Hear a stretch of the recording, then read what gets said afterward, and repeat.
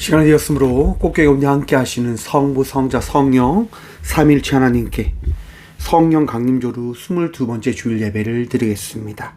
함께 묵도함으로 나아갑니다.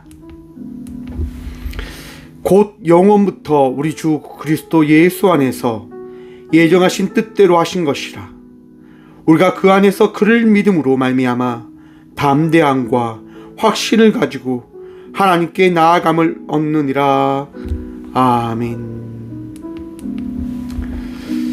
인생의 생사화복을 주관하시는 살아계신 하나님 감사합니다.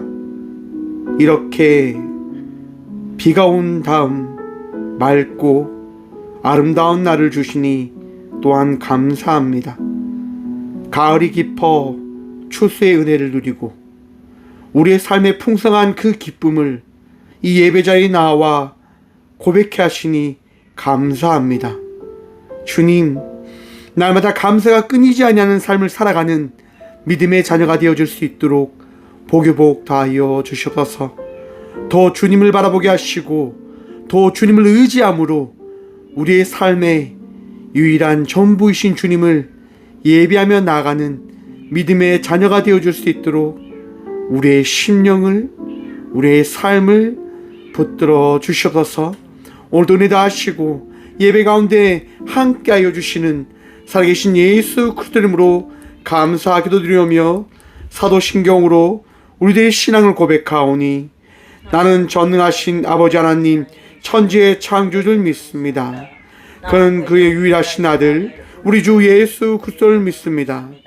그는 성령으로 잉태되어 동정녀 마리아에게서 나시고 본디오 빌라도에게 고난을 받아 십자가에 못 박혀 죽으시고 장사된 지 사흘 만에 죽은 자 가운데서 다시 살아나셨으며 하늘에 오르시어 전능하신 아버지 하나님 우편한 자에 계시다가 거기로부터 살아있는 자와 죽은 자를 심판하러 오십니다.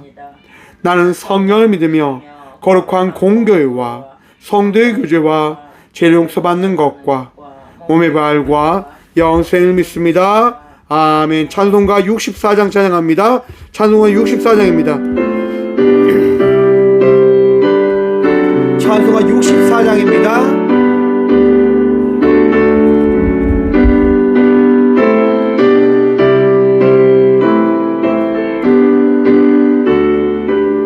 기뻐하며 경배하세.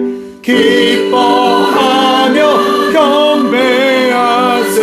영광을 주 하나님 주 앞에서 우리 마음 피어나는 꽃 같아 죄와 슬픔 사라지고 의심 구름 거치니 변함없는 기쁨의 주 밝은 빛을 주시네. 땅과 하늘 만물들이 주의 솜씨 빛내고 별과 천사 노래소리 끊임없이 드높아 물과 숲과 산과 골짜 달판이나 바다나 모든 마음을 주의 사랑 기뻐 찬양하여라.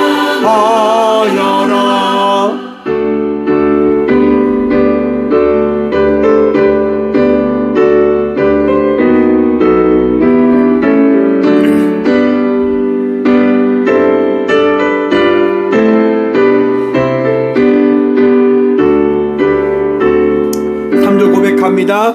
우리 주는 사랑이요 복의 근원이시니 삶이 기쁜 샘이 되어 바다처럼 넘치네. 아버지의 사랑 안에 우리 모두 형제 서로 사랑하게 도와 새벽별의 노래 따라 힘찬 찬송 부르니 주의 사랑 주리 되어 한만 되게 하시네. 노래하며 행진하여 싸움에서 이기는 승전가를 높이 불러 주께 영광 돌리네. 아멘. 한 주간의 삶을 돌아보며 침묵으로 회개 기도 드리며 나가도록 하겠습니다. 함께 기도합니다.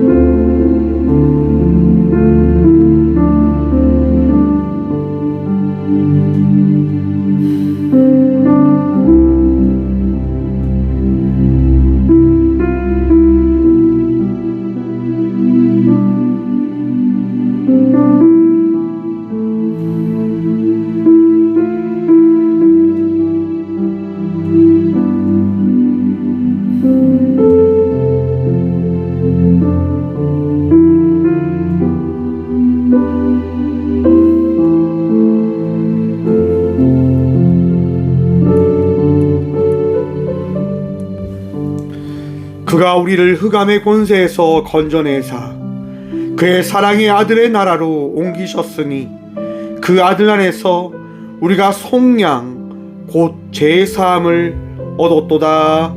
아멘. 거룩하신 주님 감사합니다. 이 귀한 시간도 주께 나와 회개케 하시니 감사합니다. 죄의 굴레에 벗어나 주 예수 그리스도의 사랑 안에 늘 거함으로 나아가는 믿음의 자녀가 되게 하여 주시옵소서. 좌로나 우로나 치우치지 않고 오직 주의 말씀 의지함으로 세상의 논리가 아니라 우리 주의 말씀에 따라 삶을 살아가는 믿음의 자녀가 되어줄 수 있도록 복유복 허락하여 주시옵소서. 아픔 가운데 있는, 힘든 가운데 있는, 혹 절망과 포기로 삶을 살아가고 있는 주의 자녀들을 기억하사 그들을 위로하시며 다시금 회개함으로, 다시금 기도함으로 주의 은혜를 경험하며 나아가는 믿음의 자녀가 되어줄 수 있도록 이 시간 주님 우리 모두를 새롭게 하여 주시옵소서. 오늘도 은혜도 하시고 우리 인생을 변화시키시고 우리를 인도하시는 살아계신 예수 그리스도의 이름으로 감사 기도드리옵나이다. 아멘. 찬송가 545장 찬양 드리겠습니다. 찬송가 545장입니다. 찬송가 545장입니다. 이 눈에 보는 증거 아니 배어도 믿음만을 가지고서는 걸으면 이 귀에 아무 소리 아니 들려도 하나님의 약속 위에 서리라. 걸어가세 믿음 위에 서서 나가세 의심 버리고 걸어가세 믿음 위에 서서 눈과 귀에 아무 증거 없어도 이 눈을 보기에는 어떠하든지 이미 얻은 증거대로는 믿으며 이 맘에 의심 없이 살아갈 때에 우리 소원 주 안에서 이루라는 걸어가세 믿음 위에 서서 나가세 의심 버리고 걸어가세 믿음 위에 서서 눈과 귀에 아무 증거 없어도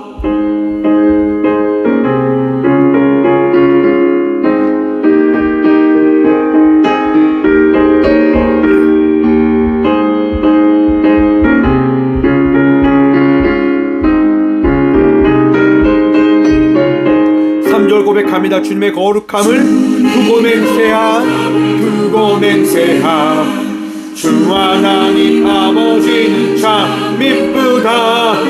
그 귀한 모든 약속 믿는 자에게 능치 못할 무슨 일이 있을까.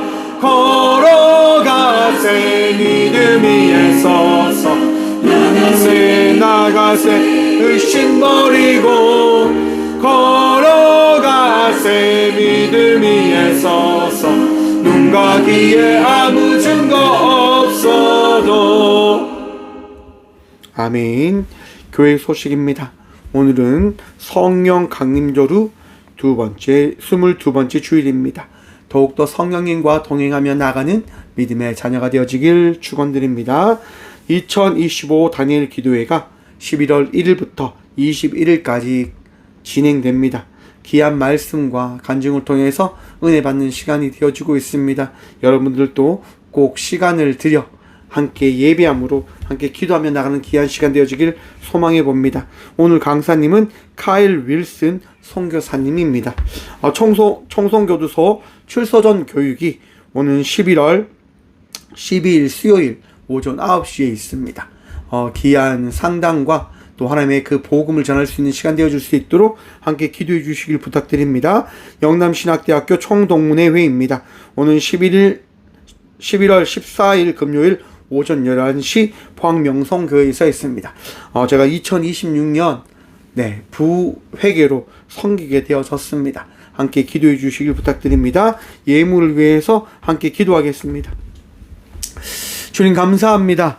오늘 또 이 귀한 시간 주께 나와 귀한 예물을 주님께 드리며 나갈 수 있는 믿음 허락하여 주심에 감사드립니다. 믿음으로 드립니다. 감사함으로 드립니다. 열매를 맺게 하신 그 주님의 은혜를 찬양하며 예배하고자 가장 귀한 준비하여 그 예물 드림으로 나아갑니다. 주님 감사합니다. 드릴 수 있는 믿음 허락하여 주심에 감사드리고 또한 그 예물을 드릴 수 있는 은혜 허락하여 주심에 감사드립니다. 주님 언제나 은혜로 살아가며 나아가는 우리 모든 주의 성도들 되어줄 수 있도록 복의 복 다하여 주시고 풍성한 은혜 허락하셔서 기쁨과 감사함이 넘치는 삶을 살아갈 수 있는 주의 자녀들 되게 하여 주시옵소서. 주님 꽃교회에게 주신 귀한 헌금들을 통하여 사람을 살리고 사람들에게 주의 사랑을 나누며 그들을 위로할 수 있는 교회의 사명 잘 감당할 수 있도록 도와주시고 많은 이들을 섬길 수 있도록 꽃교회가 더 확장함으로 더 나아감으로 주의 그 인도함을 언제나 바라보며 나가는 교회 되게 하여 주시옵소서. 주님 감사합니다. 언제나 나누고 베풀 수 있는 믿음의 삶을 살아가는 우리 모두가 되어줄 수 있도록 은혜 더하여 주실 줄 믿사하며 언제나 우리와 함께 하시는 예수 그리스도 이름으로 감사하기도 드리옵나이다. 아멘. 오늘 시간 하나님께서 저에게 주시는 말씀은 신약성경 누가복음 20장 27절과 28절 말씀입니다. 제가 가진 성경은 신약 131쪽 누가복음 20장 27절과 28절 말씀입니다. 다 찾으신 줄 알고 하나님의 말씀을 받들어 봉독하겠습니다. 부활이 없다고 주장하는 사두개인 중 어떤 이들이 와서 물어 이르되 선생님이여 모세가 우리에게 서 주기를 만일 어떤 사람의 형이 아내를 두고 자식이 없이 죽으면 그 동생이 그 아내를 취하여 형을 위하여 상속자를 세울지니라 하였나이다. 아멘. 말씀을 위해서 함께 기도하며 나가도록 합니다. 주님 감사합니다. 이 시간도 주의 말씀 듣고자 합니다. 들을 길을 허락하여 주시옵소서. 부족한 종 단상에 섰사오니 주의 말씀만을 대언하며 고백할 수 있도록 이 시간 사용하여 주시옵소서. 오늘도 은혜 다하실 예수 그리스도 이름으로 감사기도 드리옵나이다. 아멘. 할렐루야. 11월 둘째 주입니다. 시간이 한 주 한 주 잘 흘러갑니다. 이번 주에요. 지난주라고 해야 되나? 무슨 일을 했냐면 추수를 했습니다. 여러분, 제가 분명히 지난주에 그래도 농사가 잘 된 것 같습니다라고 얘기를 했지요. 추수를 했는데요. 추수를 시작하는데 이제 콤바인이라고 해서 이제 탈곡기, 추수를 하는 그 기계가 고장난 거예요. 거기서 한 1시간 반, 2시간을 기다렸어요. 2시간을 기다리면서 그냥 생각했어요. 하나님, 왜 이럴까요? 왜 이렇게 순리대로 풀리지 않고 왜 이렇게 일이 꼬일까요?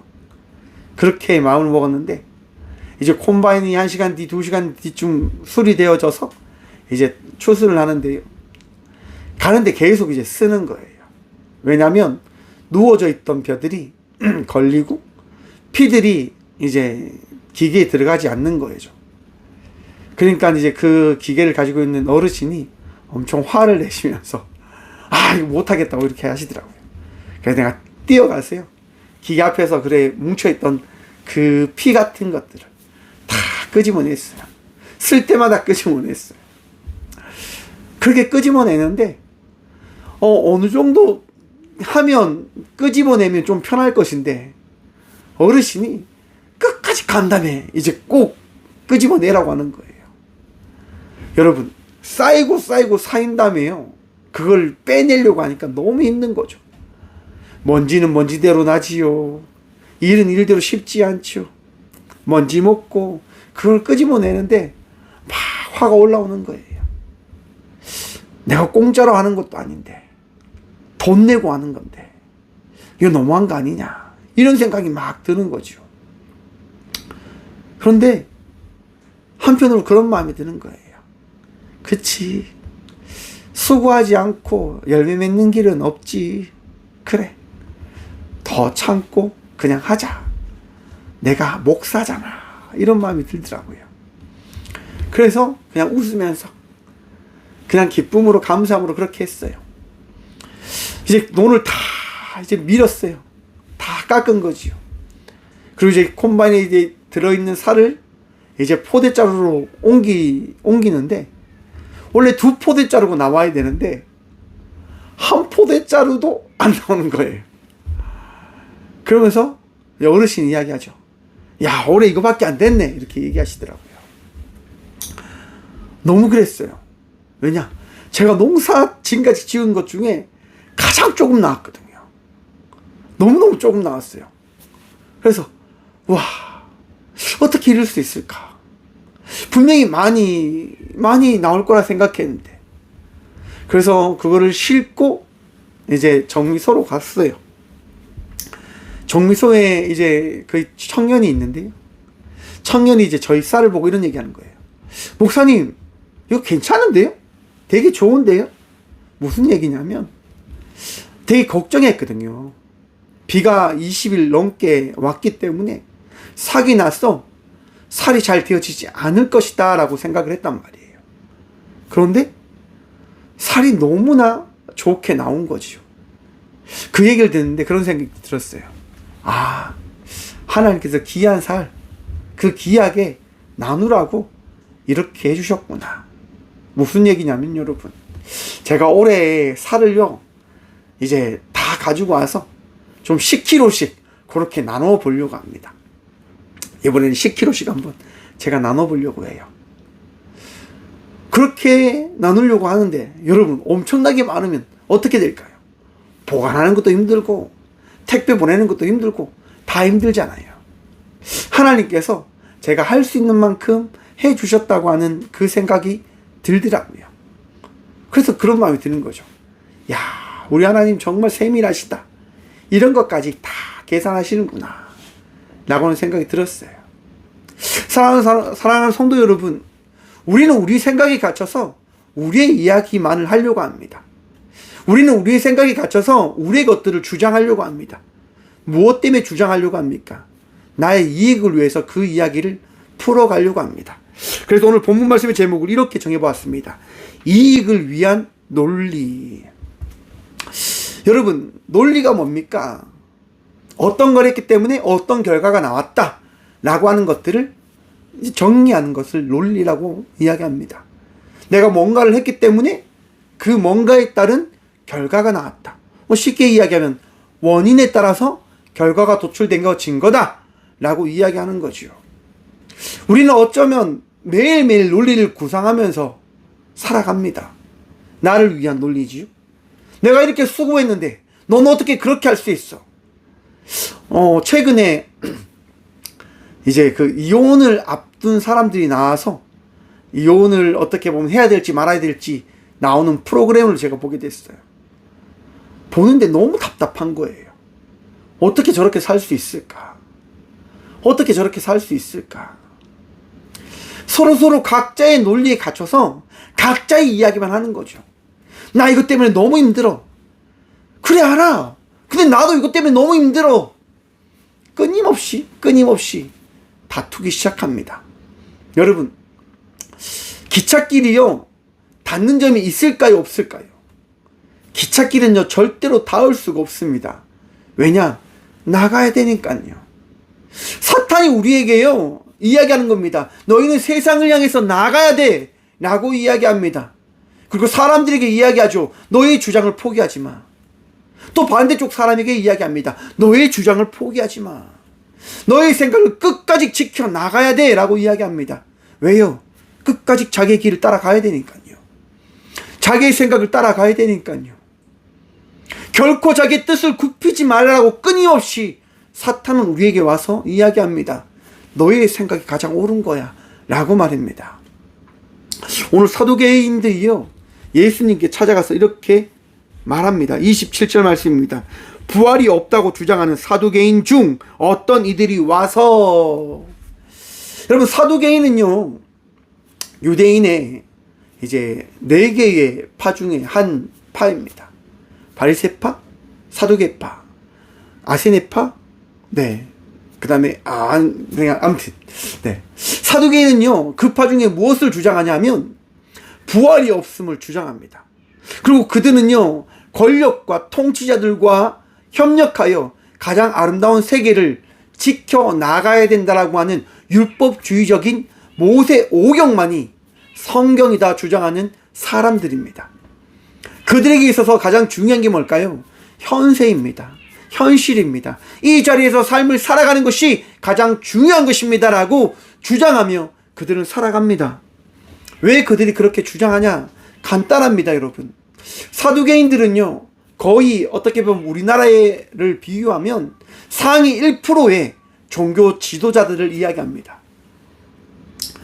많은 것들을 가진 사람들이에요. 많은 것들을 누리고 있는 사람들이에요. 그리고 그 모든 것들을, 많은 것들을 가짐에 따라서 그들은 정치와 결탁해서 사회적인 그 위치와 사회를 관리하는 명령을 시행하는 사람들인 겁니다. 그들에게서 가장 중요한 게 뭘까요? 사회의 안정입니다.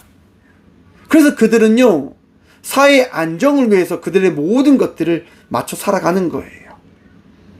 주장을 하고, 만들어가고, 다투고, 싸우고, 지키며 그렇게 살아가고 있는 거예요. 오늘 이 사두개인들의 이 논쟁은요, 복음서에서 처음으로 등장하는 사두개인들의 예수님과의 대적하는 장면입니다. 기존까지는요, 바리새인과 서기개인들이 예수님과 논쟁했지만 사두개인들은 먼 발치에서 그냥 지켜보고 있었단 말이에요. 그런데 그들이 보니까 예수님께서요, 사회 전반적으로 자기들의 위치와 자기들의 권력을 흐트러 버리시기 위한 움직임이 너무 보이는 거지요.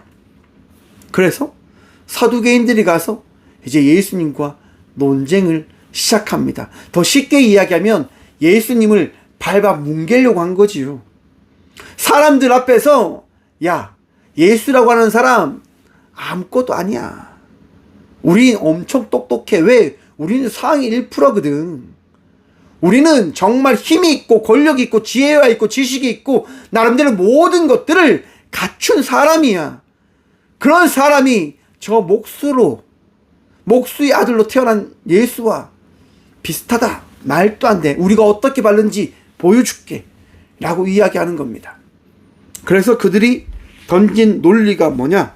28절 말씀입니다. 물어 이르되 선생님이여, 모세가 우리에게 써주기를 만일 어떤 사람이 형이 아내를 두고 자식이 없이 죽으면 그 동생이 그 아내를 취하여 형을 위하여 상속자를 세울지니라 하였나이다.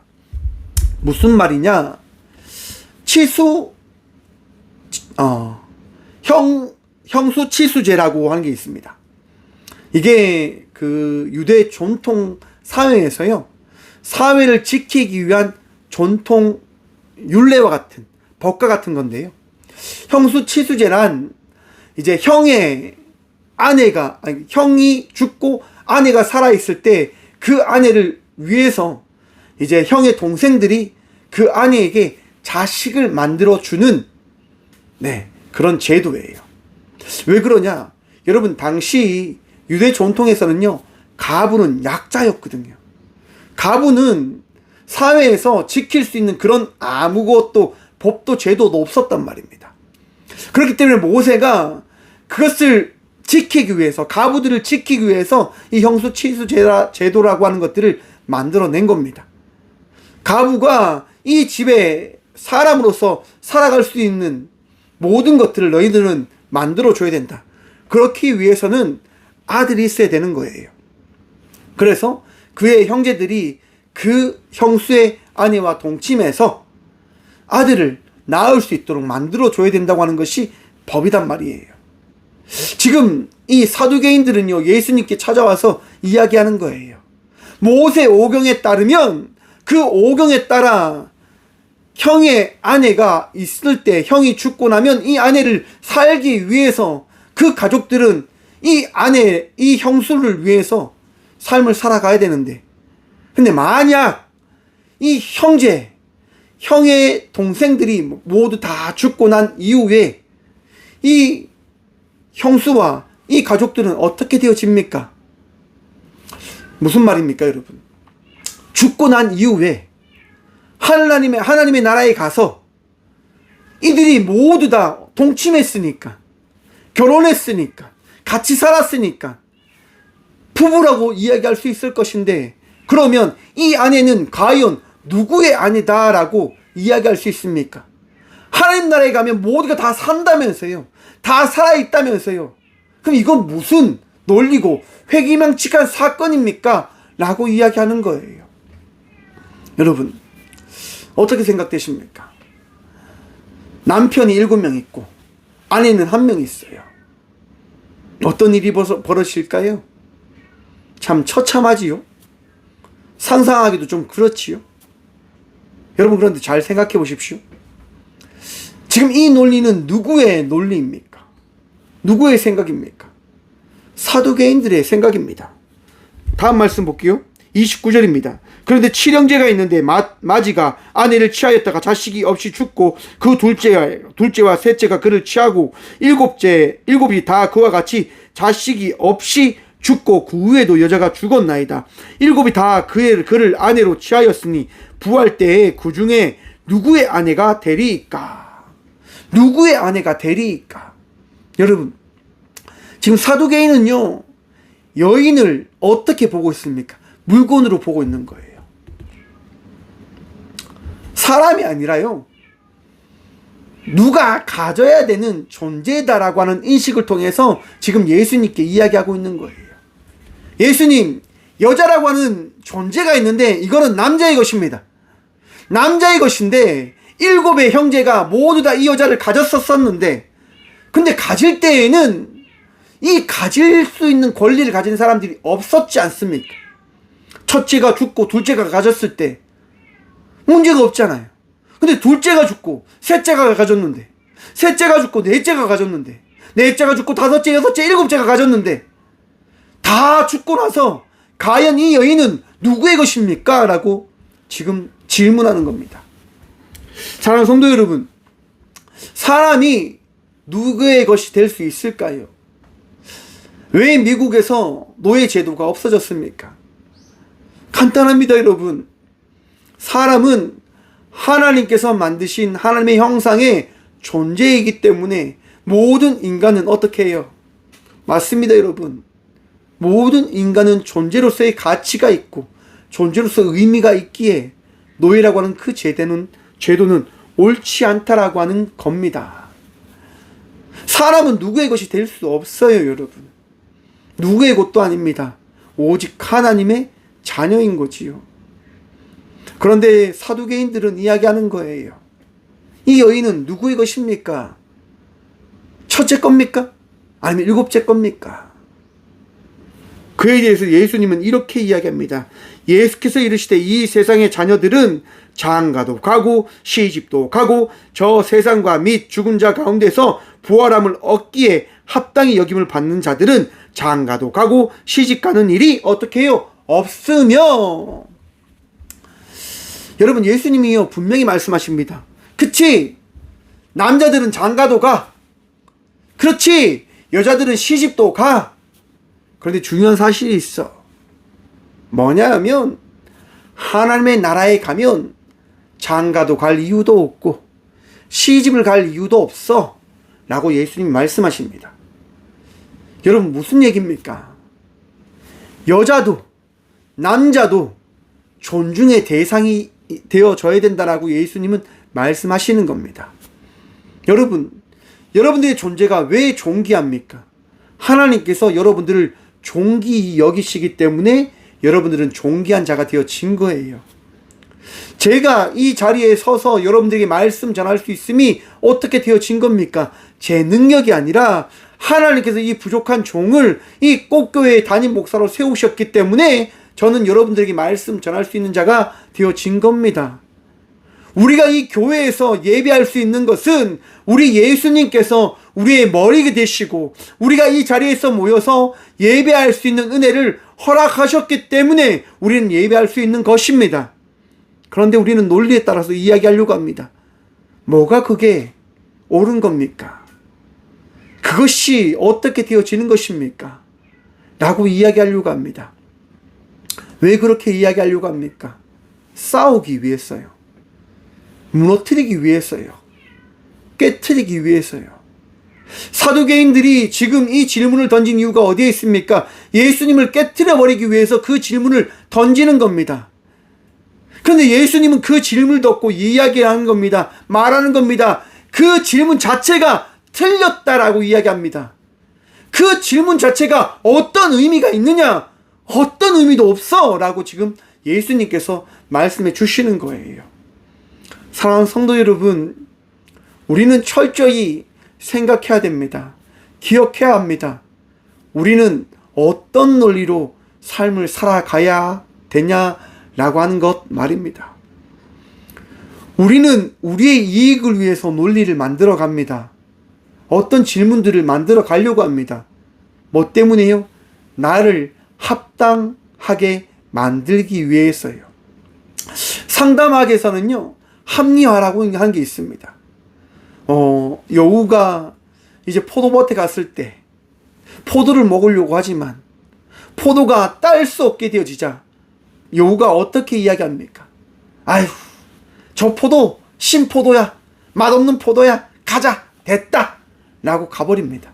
그걸 합리화라고 하는 거거든요. 저건 내가 먹어도 아무 의미도 없고 맛도 없고 진짜 불편한 거야 라고 이야기를 하는 겁니다. 사람들은요 그렇게 합리화하려고 합니다. 모든 부분들에 한해서요. 저도 그렇고 여러분들도 그럴 겁니다. 왜 그럽니까? 그러면 제 마음이 편하니까요. 그러면 우리 존재가 존재되어진 것처럼 느껴지니까요. 근데 사랑하는 성도 여러분, 독선에 빠질 수 있음을 기억하셔야 됩니다. 잘못된 길로 나아갈 수 있게 되어진다고 하는 사실을 기억하셔야 됩니다. 지난주에 목사의 밤이라고 하는 행사를 했어요. 제가 임원이어서 식당에서 이제 식권 나눠드리고 식당 관계자분들하고 같이 일을 하고 도와드렸단 말이죠. 그렇게 식권을 나눠드리고 그렇게 일을 하면서 목사님들이 와서 빨리 좀 주세요. 빨리 좀 주세요. 라고 이야기하시는 거예요. 그래서 기다리시라고. 이제 순서대로 음식이 나가는 것 아닙니까? 그런데 목사님들이 네 바쁘다고 빨리 줘요. 또 어떤 목사님은 모든 사람들이 똑같이 먹는 음식이어야 하는데 나는 특으로 줘.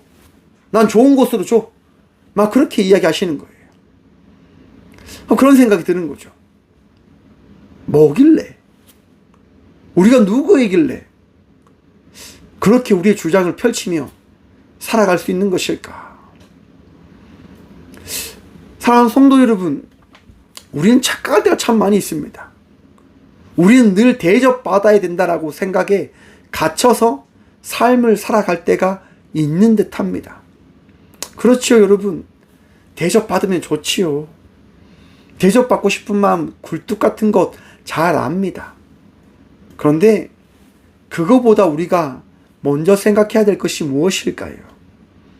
남을 생각하는 마음이어야 된다라고 생각을 해봅니다. 왜 그런 생각을 하게 되어지냐? 사랑하는 성도 여러분, 우리가 그리스도인이다라고 하는 것들을 기억하시길 바랍니다. 그리스도라고 하는 이 말은요, 기름 부음 받은 자라고 하는 말이 있는 의미의 말입니다. 그리스도인, 기름 부음 받은 사람입니다. 어떤 기름을 부음 받았습니까? 그리스도 예수의 사랑을 통해서 죽었다가 다시 살아날 수 있는 그 은혜를 덧입은 자가 저와 우리 모두들인 거예요. 여러분, 그러면 은혜 받은 자의 삶을 살아가야 하는 겁니다. 그러면 그 은혜를 나타내기 위해서, 그 은혜를 나누기 위해서 삶을 살아가야 합니다. 하나님을 믿지 않는 자들에게 그리스도인의 삶이 어떠한 것인지를 나타내며 살아가야 된다고 하는 거예요. 그렇게 일을 하니까요, 사람들이 그렇게 이야기하니까 식당에서 일하시는 분들이 막 혼란스러운 거죠. 화가 나는 거죠. 기다려야 되는데 누가 빨리 달라고 하고, 누가 바꿔달라고 하고, 옮겨달라고 하고, 자기의 논리에 따라서, 자기의 편리에 따라서 그렇게 계속 이야기하니까 식당 종원들이 화가 막 머리까지 난 거예요. 그러면서 제게 와서 이야기하는 거죠. 저분들 다 교회 다니죠? 저분들 교회 다니면 나 교회 안 나갈래요? 교회 나가면 저분들 봐야 되잖아요. 라고 이야기하는 거예요. 그래서 제가 하염없이 죄송합니다 그렇게 이야기했어요. 죄송합니다라고 이야기했어요. 여러분, 그렇게 이야기하는 사람도 잘못된 거예요. 뭐가 잘못됐을까요, 여러분? 여러분 교회에 왜 나오십니까? 여러분 왜 예배 드리십니까? 사람 바라보며 사람과 함께하기 위해서, 어떤 누군가의 이야기를 듣기 위하여 교회에 나오셨습니까? 아니면 혹 나에게 주어진 이 직책, 이 의무 때문에 교회에 나오신 겁니까? 습관처럼 교회에 나오신 겁니까? 여러분, 우리는 습관에 따라 예배 자리로 나가는 자가 아니라 우리 주님께서 은혜를 더하셨기에 그 은혜에 따라 우리 주의 말씀에 따른 예배자의 삶을 살아가기 위해서 예배 자리로 나오는 자들임을 기억하시고 고백하시길 간절히 축원드립니다. 여러분, 예배는요, 사람 바라보며 드리는 것이 아니라 우리 주님, 우리 주의 말씀에 따라 예배함으로 나가는 것임을 고백하시고 마음에 새기시길 간절히 축원드립니다. 사람에 따라 여러분 마음이 깨트려지고 흐트러진다고 한다면 앞에서 말씀드린 것처럼 사탄이 여러분들의 생각과 그 사람들의 생각을 주장하고 있기 때문인 겁니다. 철저히 여러분의 마음을 돌아보시길 바랍니다. 우리 주님이 기뻐하실 수 있는 마음에 그 은혜를 입은 자의 예배자의 마음을 되찾으시길 바랍니다. 여러분, 예수님께서요, 이제 사두개인들에게 너희들의 논리가 틀렸다, 너희들의 질문이 틀렸다라고 말씀합니다. 그리고 그들에게 이야기합니다. 그들은 다시 죽을 수도 없나니 이는 천사와 동등이요 부활의 자녀로서 하나님의 자녀임이라. 아멘. 사랑하는 성도 여러분, 우리가 부활해서 구원받을 수 있는 것은 어떤 의미가 우리에게 더해졌기 때문인 것일까요? 바로 하나님의 자녀가 되어졌기에 우리는 부활할 수 있고 하나님의 자녀의 삶을 살아갈 수 있게 되어진다고 하는 것들을 마음에 다시금 새기시고 기억하시길 바랍니다. 여러분, 구원받으셨습니까? 구원받은 줄 믿으십니까? 그 믿음이 변치 않으시길 간절히 축원드립니다. 하나님의 자녀가 되어졌기에 우리는 구원받은 자가 되어진 것입니다. 나의 능력과 나의 행위와 나의 것들을 통해서 구원받은 자가 되어진 것이 아니라 하나님의 한량없는 사랑을 말미암아 우리에게 구원의 은혜가 덧 입혀진 것임을 다시금 바라보시길 바랍니다. 사람들은 이야기하지요. 부활이 없다라고. 그런데 예수님은 다시금 말씀합니다. 너희는 부활의 자녀로서 하나님의 자녀임이라. 아멘. 사랑하는 성도 여러분, 부활이 우리에게 허락되어짐을 믿으시길 축원합니다. 그건 기적인 겁니다. 그것은 창조의 역사가 우리에게 허락되어졌기에 우리에게 주어질 특권이고 의미이고 기적의 선물인 겁니다. 믿기가 참 어렵지요. 다시 부활한다고 하는 것, 다시 살아난다고 하는 것. 여러분, 그런데 이 부활의 소망이 없다고 한다면 이 기독교는 의미가 없고 가치가 없는 종교가 되어진 겁니다. 세상에 많은 종교들이 있습니다. 그 종교들 안에 부활이 있을까요? 없을까요? 없어요. 종교들 안에는 부활이 없단 말이에요. 근데 우리는 종교가 아닙니다. 우리는 하나님을 믿는 공동체입니다. 왜? 하나님은 유일하신 창조주이시기 때문인 겁니다. 여러분, 성경은요, 놀라운 기적으로 시작해서 기적으로 끝나는 말씀입니다. 창세기 1장 1절 말씀이 뭡니까? 태초에 하나님이 천지를 창조하시니라. 그리고 여러분, 계시록 마지막 절이 뭘까요? 20장 22절인가요? 23절인가요? 주 예수여 어서 오시옵소서라고 고백합니다. 무슨 얘기입니까? 기적을 통해서 예수님 이 땅 가운데 오셔서 우리의 구주가 되어지심을 나타내어 주십시오라고 기적의 고백을 통하여 요한은 이 성경을 마무리하는 겁니다. 사랑하는 성도 여러분, 우리 주님이 부활하시고 창조하심을 통하여 우리의 인생을 만들어 가시고 우리와 함께 하기를 원하신다라고 하는 그 말씀을 마음에 새기시길 간절히 축원드립니다. 부활은요, 우리에게 크게 허락되어진 주의 선물인 겁니다. 엄청난 선물이죠. 엄청난 은혜인 거죠. 부활이 없다고 한다면 여러분 어떨 것 같습니까? 저는요, 아마도 살지 못할 것 같습니다. 여러분, 이 꽃교회의 목사로서 삶을 살아간다고 하는 것 쉽지 않습니다. 어렵지요. 제가 꽃교회 오시면요, 저기 앞마당에 작은 창고를 만들어 놨어요. 여러분, 제가 창고를 왜 만들었을까요? 네, 쌀을 가지고 오면 쌀을 저장하려고 쌀을 창고를 만들었어요. 여러분, 그 창고를 만드는데 한 1박 2일이 걸렸습니다. 어렵더라고요. 혼자 만들려고 하니까.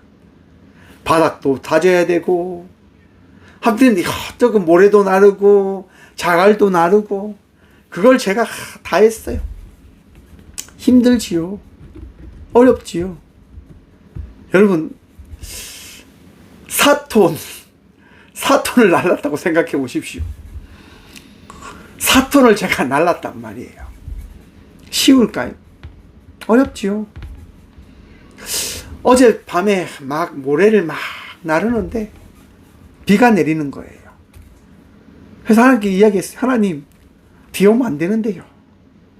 하나님, 비 내리면 큰일 납니다. 이렇게 기도를 해요. 그러면 여러분, 비가 그치는 거죠. 그리고 모래를 나르면서, 야, 하나님 참 감사하다. 이제 이게 다 끝나가니까 너무너무 감사하다. 이렇게 기도를 하고 일을 다 마치니까 그 시간이 몇 시일까요? 맞습니다. 7시 55분. 그리고 씻고 다니엘 기도회를 다 참석을 하고 이제 간증을 듣는 거예요. 찬양을 하고. 어제는요, 김재원 아나운서라고 해서 사랑의 교회 장로님이 나오셔서 간증을 해주셨습니다. 저는 그런 생각이 참 많습니다. 합리화를 하는 거죠. 저런 사람들은 정말 금수저 집안에서 편하게 살다가 그렇게 되어진 거야 라고 하는 생각을 가질 때가 참 많이 있거든요. 김재원 장로님이 나오셔서 고백하는 거예요. 엄청 고생한 이야기를 하는 거예요. 어머니가 어릴 때 돌아가시고 아버지와 삶을 살아가다 미국에 유학을 갔는데 아버지가 이제 한 통의 전화를 합니다. 아들아, 아빠 죽을 것 같다. 이제 마지막일 수도 있다 라는 전환을 따라서 김재원 장로님은 미국의 그 유학을 포기하고 이제 한국으로 날아왔는데, 집에 와보니 아버님이 이제 중풍 뇌출혈이 오신 거죠. 그래서 6년 동안 공부고 뭐고 다 포기하고 그렇게 시간을 보냈다고 합니다. 그러던 중에 그 아버님을 어떻게 보면 요양하는 중에 하나의 뉴스를 보죠. 아나운서를 지원하십시오라고 하는 그 광고를 보십니다.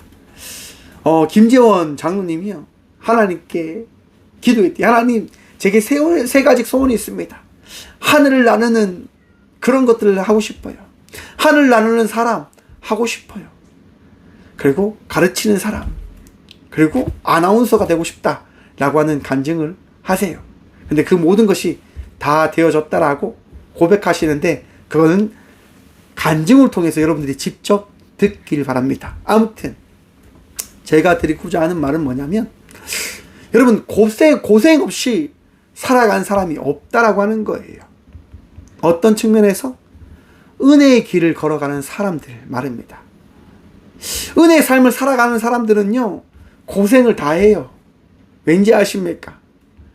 힘든 것을 통해서 하나님을 만날 수 있는 그 길이 더 넓기 때문이에요. 여러분, 행복하고 편안하잖아요? 하나님 만날 수 있는 길이 엄청 좁아요. 너무너무 좁아요. 그런데 십자가의 길이 펼쳐지잖아요? 하나님을 만날 수 있는 길이 엄청나게 넓어집니다. 왜요? 늘 기도해야 되거든요. 늘 주님 찾아야 되거든요. 왜? 힘드니까. 어려우니까. 답답하니까.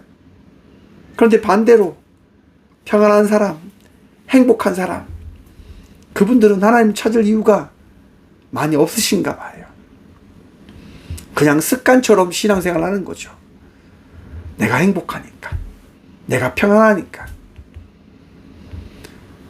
구하고 찾고 두드리는 것들을 게으르게 하시는 거죠. 왜? 하지 않아도 되니까요. 사랑하는 성도 여러분, 우리에게 두드릴 수 있는 그 기회가 허락되어졌음은 더 감사할 수 있는, 더 주님을 의지할 수 있는, 더 은혜를 누릴 수 있는 그 축복이 우리에게 허락되어졌다고 하는 사실을 기억하시고 그 시간을 감사히 달려가는 믿음의 자녀가 되시길 간절히 축원드립니다. 왜요? 그 힘든 길을 걸어간 끝에 부활이 기다리고 있잖아요. 하나님 나라가 기다리고 있기에 우리는 그 은혜의 그 길을 힘든 길이다라고 한다고 해도, 십자가의 길이다라고 해도 우리는 걸어갈 수 있는 겁니다. 이 죽음이, 이 삶이 끝이 아니기에 나는 오늘도 살아갈 수 있습니다. 오늘도 감사함으로 나아갈 수 있습니다. 라고 고백할 수 있지 않겠습니까? 사랑하는 성도 여러분, 여러분들에게 주어진 그 삶, 여러분들에게 허락되어진 그 모든 일들을 감사함으로, 기쁨으로 부활의 자녀의 삶을 살아가는 믿음의 자녀가 되시길 간절히 축원드립니다. 힘들지요. 어렵지요. 그래서 예수님은요, 37절 통해서 이렇게 말씀하십니다. 죽은 자가 살아난다는 것은 모세도 가시나무 떨기에 관한 글에서 주를 아브라함의 하나님이요 이삭의 하나님이요 야곱의 하나님이라 칭하였나니. 여러분, 모세가 어떤 사람입니까? 애굽에서 살았던 사람입니다. 어제 김재원 장로님도 모세 이야기를 하십니다. 여러분, 모세가 정말 편하게 산 것처럼 우리는 보입니다. 볼 수 있습니다. 그런데 보십시오. 모세는 엄마 없이 살았습니다. 다른 집에, 그 애굽의 여왕의 아들로 삶을 살아가지요. 많은 사랑을 받았겠지요. 하지만 그에게는 끊임없는 질문이 던져졌지 않겠습니까? 나는 어떤 사람일까? 나는 누굴까? 여러분, 왕들의 세계는요, 권력의 세계는요, 치열합니다. 끊임없이 헐고 다투고 빼앗으려고 합니다. 왜요? 그렇게 하지 않으면 쟁취할 수 없으니까요. 그게 정치인 거예요. 사람들이 상대가 잘하는 것들을 보지 못하는 거죠. 끝까지 헐려갑니다. 여러분, 모세로 다시 옮겨가 보십시오. 수많은 왕자들이 있을 겁니다. 모세를 어떻게 했을까요? 좋게 바라봤겠습니까? 좋게 바라볼 수 있었겠습니까? 나쁘게 바라보려고 하나라의 그 틈도, 그 잘못도 찾으려고 애쓰지 않았겠습니까? 거기서 모세는 아마 엄청 힘들었을 겁니다. 혹 다른 왕자들이 그렇게 이야기했을지도 모릅니다. 모세 주워온 사람이래. 입양한 사람이래. 야, 저 사람의 피가 뭐야? 알 수 없지. 몰라. 근데 중요한 게 뭔지 알아? 우리와 같은 왕족의 피가 아니다라고 하는 거야. 라고 끊임없이 이야기하지 않았겠습니까? 거기서 오는 어려움과 힘듦이 모세에게 주어졌지 않았을까요? 그러던 중에 히브리 민족이 애굽 사람들에 의해서 핍박받는 것을 바라보게 되어집니다. 말리는 과정에서 애굽 사람을 죽이고 말지요. 모세가 어떻게 합니까? 그를 모래 안에 파묻습니다. 모세는 생각합니다. 아무도 모를 거야. 아무도 알지 못할 거야.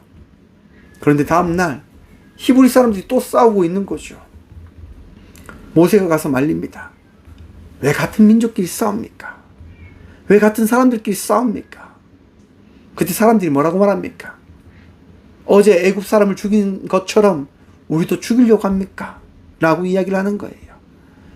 우리나라 속담이 딱 맞지요. 낱말은 새가 듣고 반말은 쥐가 듣는다. 비밀이 없다고 하는 거예요. 여러분, 그 사실로 인해서 모세는 도망칠 수밖에 없었습니다. 다른 왕자들이 죽이려고 할 거니까요. 다른 왕자들이 모세를 제물 삼아 자기의 왕권을 강화하기 위한 방법으로 모세를 죽이려고 하는 것들을 모세는 너무너무 잘 알고 있었어요. 그래서 모세는 광야의 길로 도망갈 수밖에 없었습니다. 말씀을 준비하면서요, 그 생각을 했습니다. 여러분, 제가 꽃교회를 몇 세에 개척한 줄 아십니까? 맞습니다. 모세와 같이 40세에 제가 교회를 개척했습니다. 제가 이 길을 걸어간다고 하는 게 저는 그렇게 생각합니다. 아, 하나님께서 나에게 주신 광야의 길이야. 그러면서 저는 그런 생각했어요.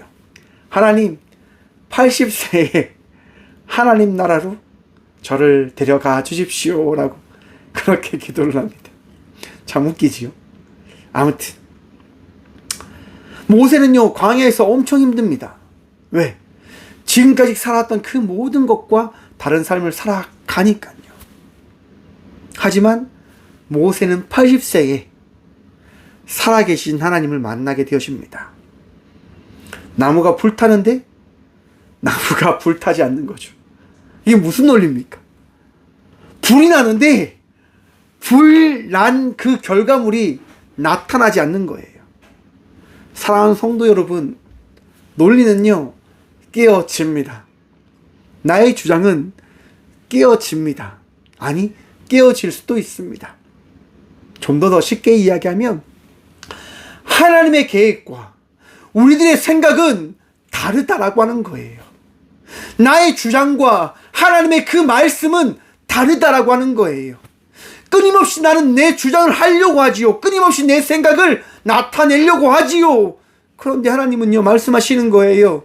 너의 생각을 따라가지 말고, 너의 이익을 따라가지 말고 이제 내 말씀을 따라와 주면 안 되겠니라고 말씀하시는 겁니다. 모세에게 뭐라고 말씀하십니까? 너의 생각을 이제 다 배제하고 내 말에 따라 너는 행동하고 순종하고 나아가라 라고 말씀하십니다. 여러분, 우리는 우리의 이익을 위해 삶을 살아가는 자들이 아닙니다. 우리는 우리의 생각을 고찰시키기 위해서, 더 이야기하기 위해서 삶을 살아가는 자들이 되어져서는 안 됩니다.